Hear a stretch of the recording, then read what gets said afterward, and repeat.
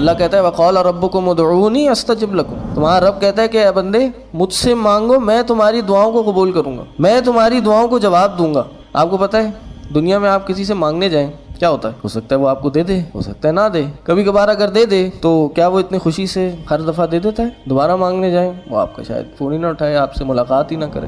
اس comparison میں اللہ کیا کرتا ہے؟ اللہ کہتا ہے وقال ربکم ادعونی استجب لکم، ہمارا رب کہتا ہے کہ مجھ سے مانگو، میں تمہاری باتوں کا جواب دوں گا۔ ایک حدیث میں آتا ہے اللہ کے نبی صلی اللہ علیہ وسلم نے فرمایا کہ اللہ تعالیٰ سے جب بندہ مانگنا بند کر دیتا ہے، اللہ تعالیٰ سے بندہ جب دعائیں مانگنا بند کر دیتا ہے تو اللہ اس پہ غضبناک ہو جاتا ہے، اللہ ناراض ہو جاتا ہے۔ دنیا والوں سے مانگنے جاؤ تو وہ ناراض ہوتا ہے، اللہ سے مانگنا بند کر دو تو وہ ناراض ہوتا ہے۔ اور پھر یہ بھی فرمایا کہ میرا بندہ، مجھے شرم آتی ہے، اللہ کہتا ہے مجھے شرم آتی ہے کہ جب میرا بندہ میرے سامنے ہاتھ اٹھاتا ہے، کسی خیر کا سوال کرتا ہے، مجھے اس بات سے شرم آتی ہے کہ میں اس کے ہاتھوں کو خالی ہاتھ لوٹا دوں۔ یہ رب کی رحمت ہے، یہ رب کا کرم ہے۔ اللہ کہتا ہے مجھ سے مانگو۔ کیا فرمایا آگے؟ حدیث میں آتا ہے کہ دعاؤں سے تقدیر پلٹ جاتی ہے۔ اللہ کے نبی صلی اللہ علیہ وسلم نے فرمایا لا يرد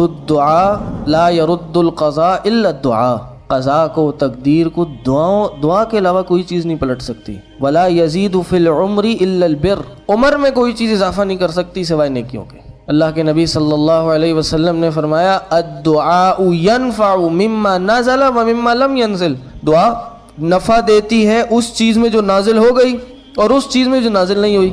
جو نازل ہو گئے اس میں بھی نفع دیتی ہے، جو نازل نہیں ہوئی اس میں بھی نفع دیتی ہے، بلاؤں کو روک دیتی ہے۔ اللہ کے نبی صلی اللہ علیہ وسلم نے فرمایا، ہم سمجھتے ہیں نا بعضوں کو شکایت ہو جاتی ہے کہ بھائی اللہ ہماری نہیں سنتا، ہماری دعائیں قبول نہیں ہوتی، او بھائی بہت مانگ کے دیکھ لیا۔ ایسے کفریہ کلمات ہماری زبان پہ آ جاتے ہیں، بھائی کوئی امید نہیں ہے ہمیں، خدا را ایسے الفاظ اپنے زبان پہ کبھی نہ لائیں۔ یہ کتنا کرم اور رحم ہے ہم پہ اللہ کا، ہمیں اس کا اندازہ ہی نہیں ہے۔ اللہ کے نبی صلی اللہ علیہ وسلم نے فرمایا جب انسان دعا کرتا ہے تین چیز ہوتی ہیں، ان میں لازمی ایک چیز ہوتی ہے، تینوں میں سے ایک چیز لازمی ہوتی ہے۔ نمبر 1، دعا مانگتا ہے یا تو دعا فوراً قبول ہو جاتی ہے، ادھر مانگی چندی عرصے میں فوراً یا چند دن بعد وہ دعا اللہ نے قبول کر لی۔ اگر دعا قبول نہیں ہوتی تو پھر کیا ہوتا ہے؟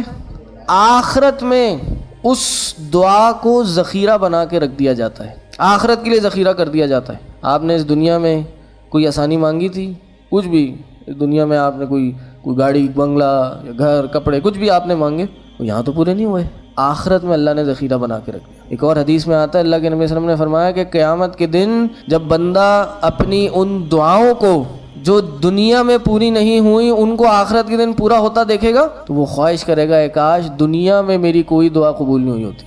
پہلی چیز دعا فوراً قبول ہو جاتی ہے، دوسری چیز دعا آخرت کے لیے ذخیرہ بنا دی جاتی ہے، اور تیسری چیز اس دعا کوئی پریشانی، کوئی آزمائش، کوئی بلا آپ پہ آنی ہوتی ہے، آپ دعا مانگتے ہیں اور وہ اللہ آپ سے دور کر دیتا ہے، اور ہم یہاں سمجھ رہے ہوتے ہیں کہ اللہ ہماری دعائیں نہیں سن رہا، ہماری باتوں کو نہیں سن رہا، ہماری دعائیں قبول نہیں ہو رہی۔ یہ کتنی مایوس کن باتیں ہیں۔ تو الدعاء ينفع مما نزل، دعا اس چیز میں بھی فائدہ دیتی ہے جو نازل ہو گئی ہے۔ نازل کیا ہو گئی؟